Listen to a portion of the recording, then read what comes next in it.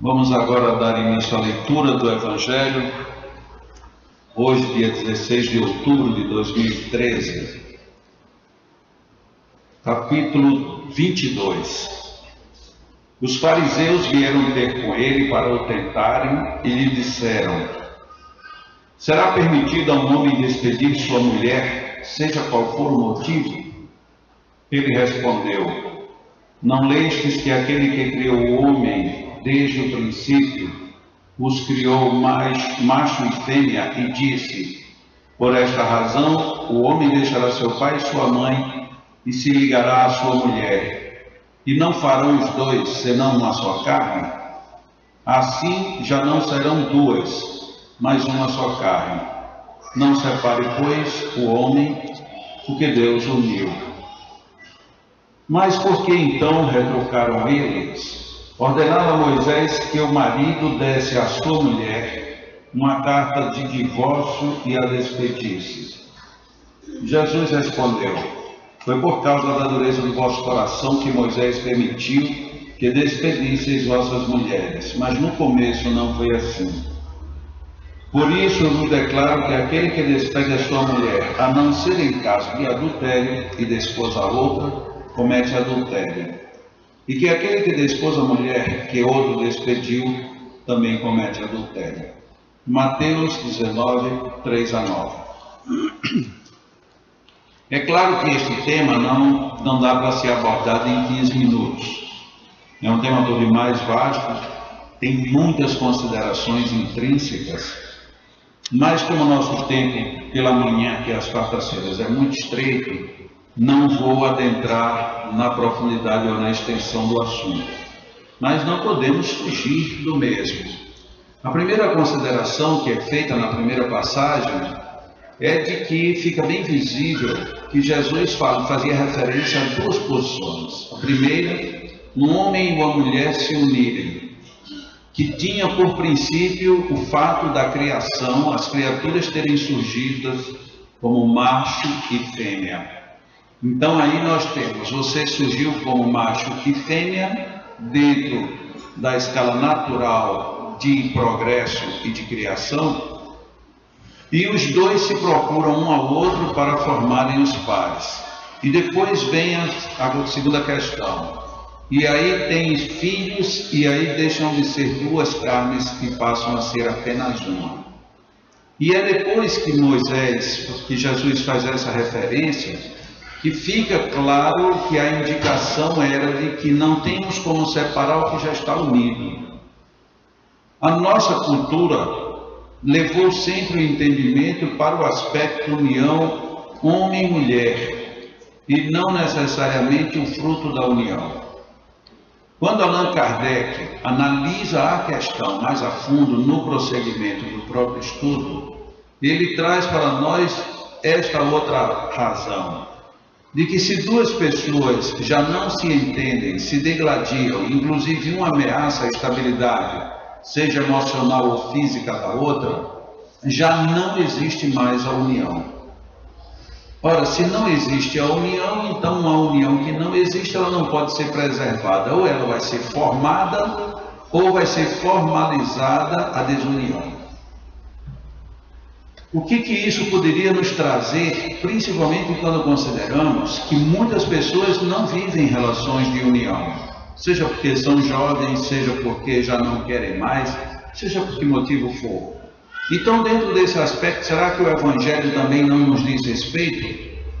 Dentro da segunda colocação que foi abordada, o fato do filho gerado já não ser mais uma, mas duas carnes, isto nos arremete para os compromissos que nós temos com tudo o que decorre da nossa postura, da nossa atitude ou da nossa própria construção.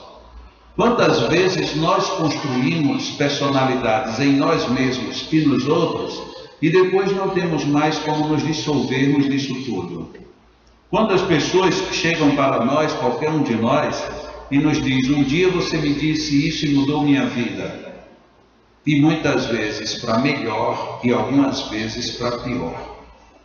Isso é um filho, é um processo de criação do qual já não temos mais como nos separar. Pode ser que outra ideia, outra formação altere aquilo que eu fiz, mas o que foi feito, foi feito.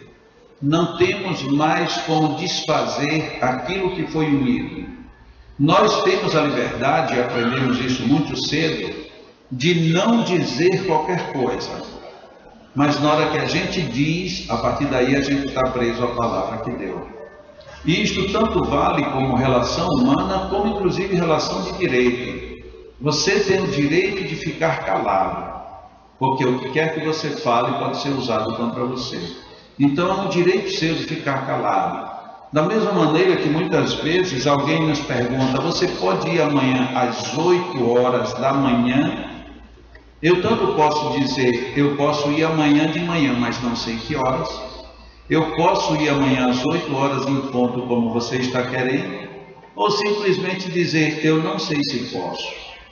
Vai depender da minha resposta, o nível da cobrança que vai vir depois. Esse é um tipo de processo filial que a gente não se dá conta. Quantas e quantas vezes somos filhos das nossas palavras, ou as nossas palavras, perdão, sendo os nossos filhos, nos incriminam como os seus criadores. Quantas vezes nós dizemos coisas impróprias e depois queremos nos arrepender e já não nos arrependemos mais. Ou mesmo arrependimento pode vir tarde. A questão da indissolubilidade do casamento é algo que diz muito a ver com a lei humana. Mesmo, como eu disse de início, não entrando no mérito da questão abordada na parte em que Jesus coloca, fica muito visível que Jesus estava fazendo uma referência à lei humana. Tanto que, ao contrário do que ele antigamente, em outras oportunidades, fazia, acusando, apontando sempre a lei de Deus como sendo a causa mestra, neste assunto todo o direcionamento foi indicado a Moisés, que era conhecido como um grande legislador, portanto, um homem de lei.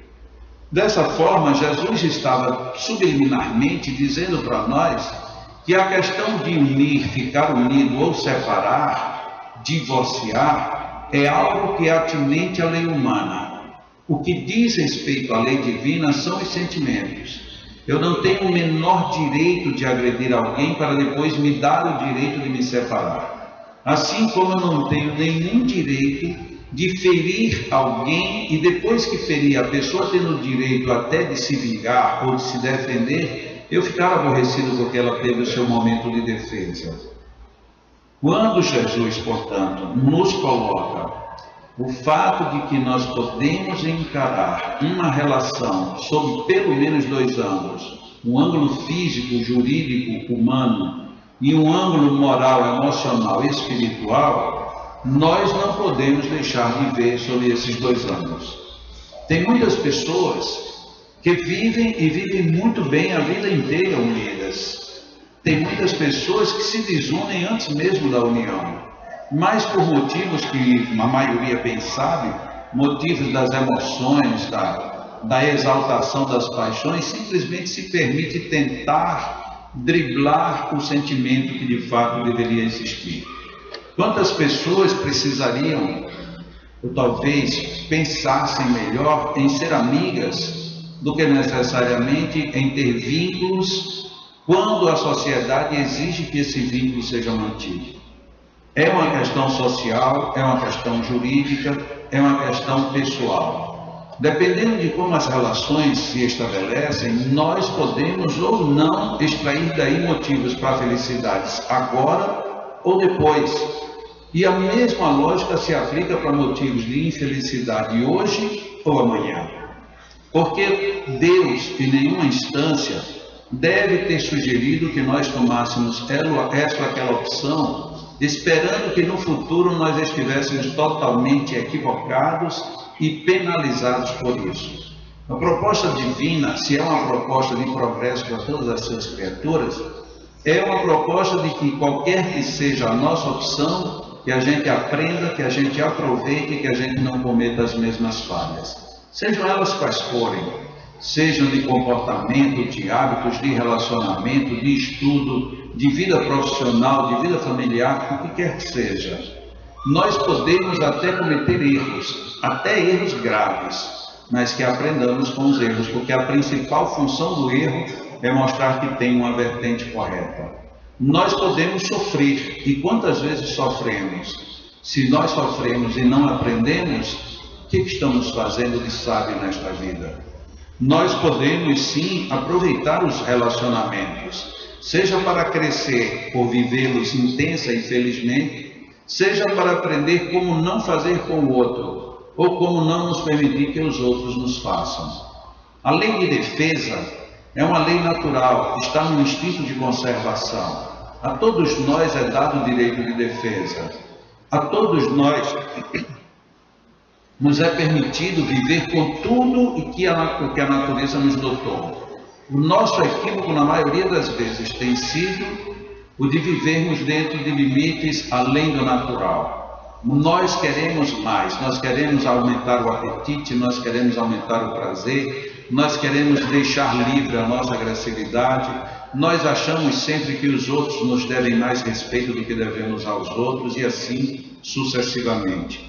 É aí onde está o nosso equívoco, porque nós podemos sim fazer muitas coisas que talvez nem fossem as melhores e ainda aí resultar grandes proveitos. Como nós podemos fazer muitas coisas que seriam desastrosas, tanto na ocorrência quanto no aproveitamento de tudo o que aconteceu.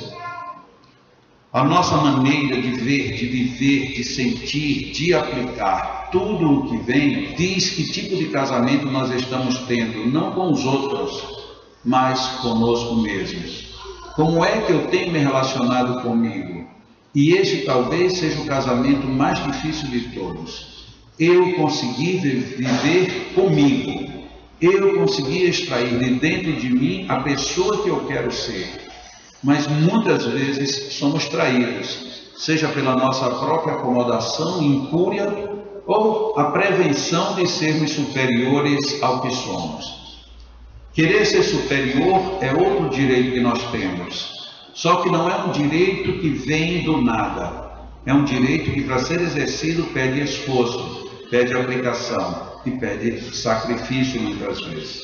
Portanto, já que nós estamos consociados conosco mesmos, uma das primeiras grandes virtudes da vida é viver bem consigo mesmo. Onde quer que eu esteja, eu tenho que estar bem comigo. Na hora em que eu não gosto da minha companhia, na hora em que eu acho que eu estou pesado demais para a minha vida, aí sim não tem separação. Onde quer que você está, você vai estar nesse casamento totalmente indissolúvel. Não tem outra opção a não ser você se reencontrar, tomar um novo rumo dentro de si mesmo e a partir de então viver de uma maneira grandiosa. A vida nos permite absolutamente tudo. Deus é tão grandioso que, mesmo sabendo de todas as nossas limitações, nos dá ensejo de vivermos intensa e plenamente qualquer opção que tenhamos. Só que as consequências são naturais.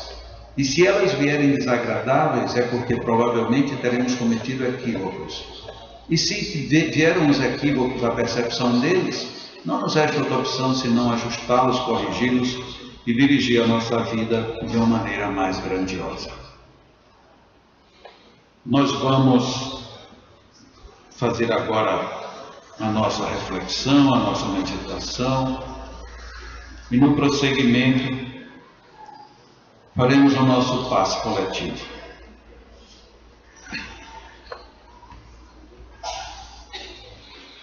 Procuremos estar bem relaxados, as pessoas que têm pacotes, bolsas, se puderem deixar de lado, para ficarem o mais tranquilas fisiologicamente possível.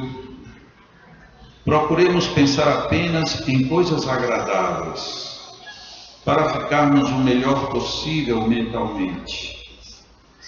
E mantenhamos conosco mesmo um encontro de oração, para ficarmos o melhor possível espiritualmente. Porque se nós estivermos fisiologicamente, mentalmente, espiritualmente bem, tudo acontece com mais rapidez, com mais fluidez e com melhor qualidade. Mas nada disso nos impede de que continuemos bem, de que fiquemos bem. Desde que nós nos sintonizemos com este bem que nós queremos sentir. Esta é a hora de pensar no bem, na coisa boa, na bênção.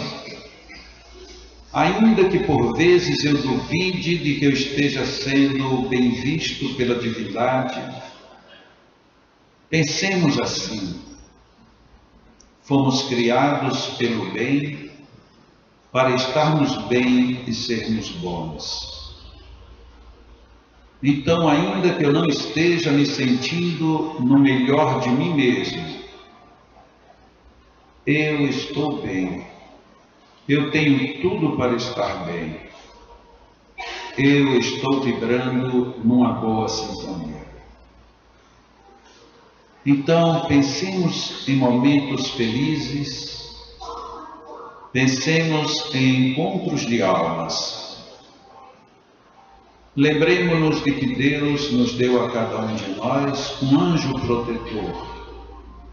Este anjo que muitas vezes nos esquecemos de sua presença e que talvez por isso mesmo não o percebamos com a intensidade que deveríamos. Mas o nosso anjo protetor, aqui está ao nosso lado. E ele nos ajuda agora a nos lembrarmos de momentos felizes, seja na nossa infância, seja na nossa juventude ou madureza. São momentos lindos que nos evocam sorrisos aos lábios, que trazem as lembranças para fazer o pulsar de nossos corações numa frequência mais harmônica.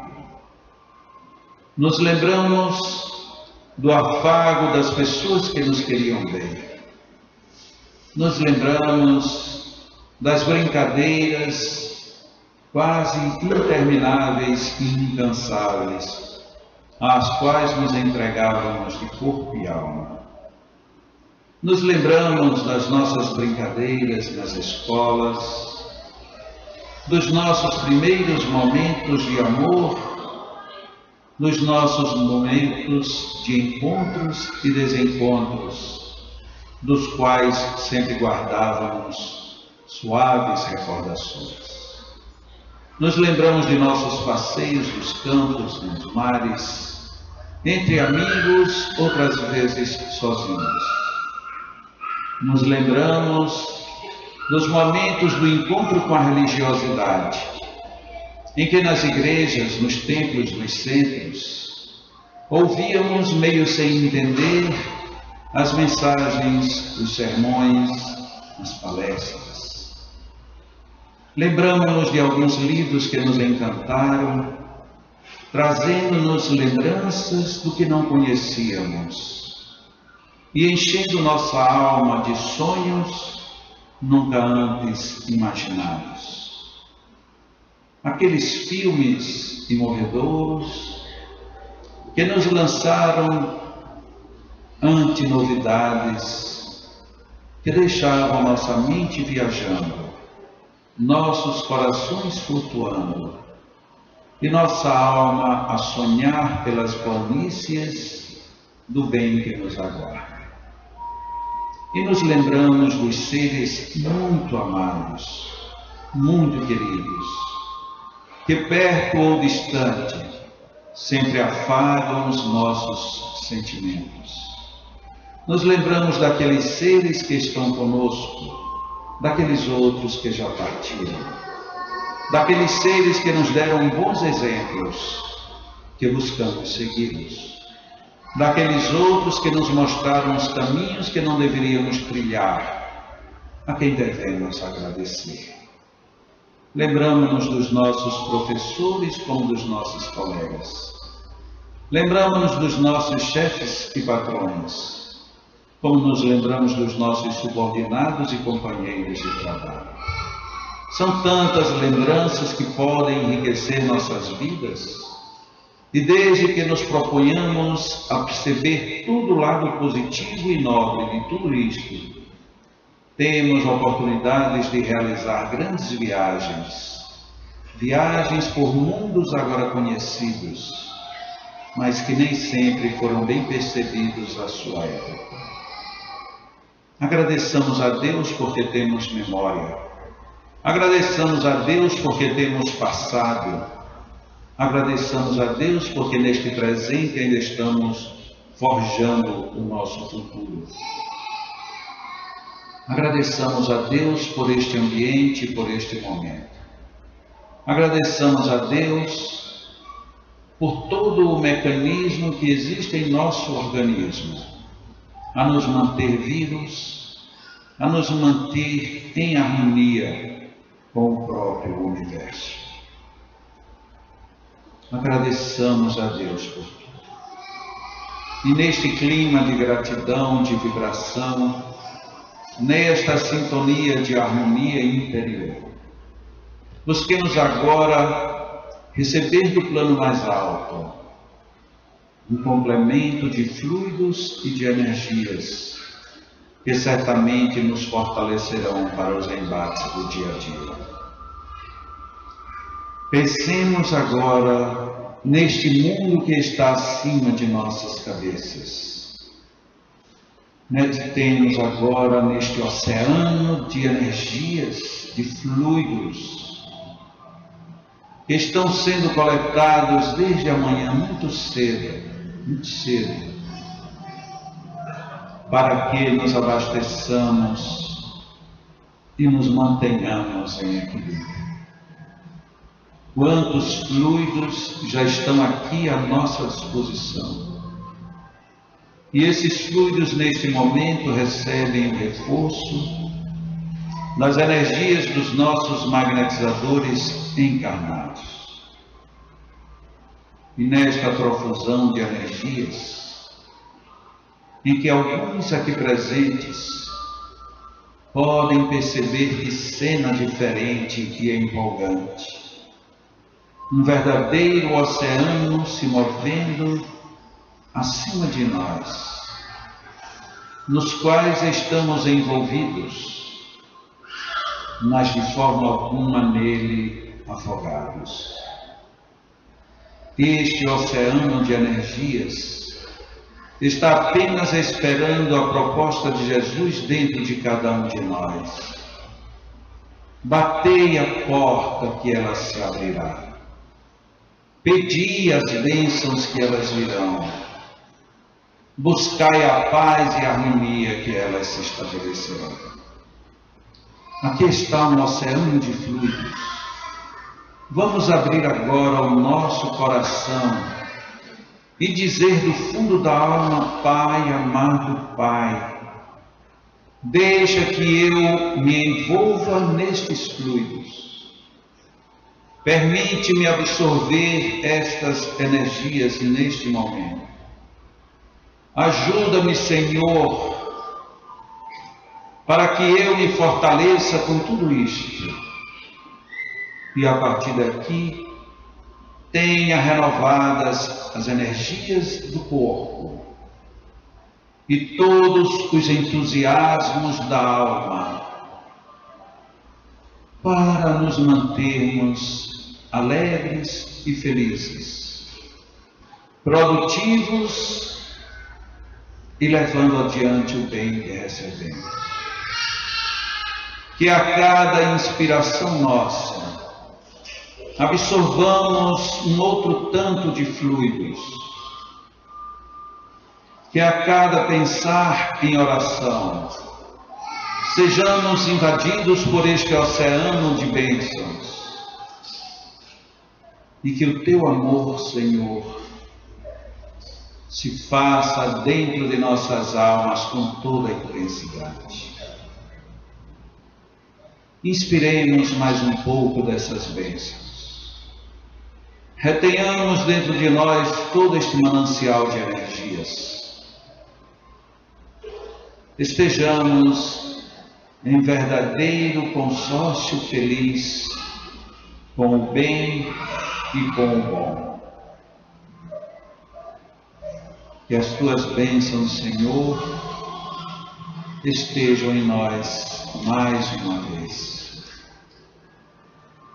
Continuemos orando e absorvendo esses fluidos, enquanto os nossos magnetizadores vão fazer a magnetização das águas.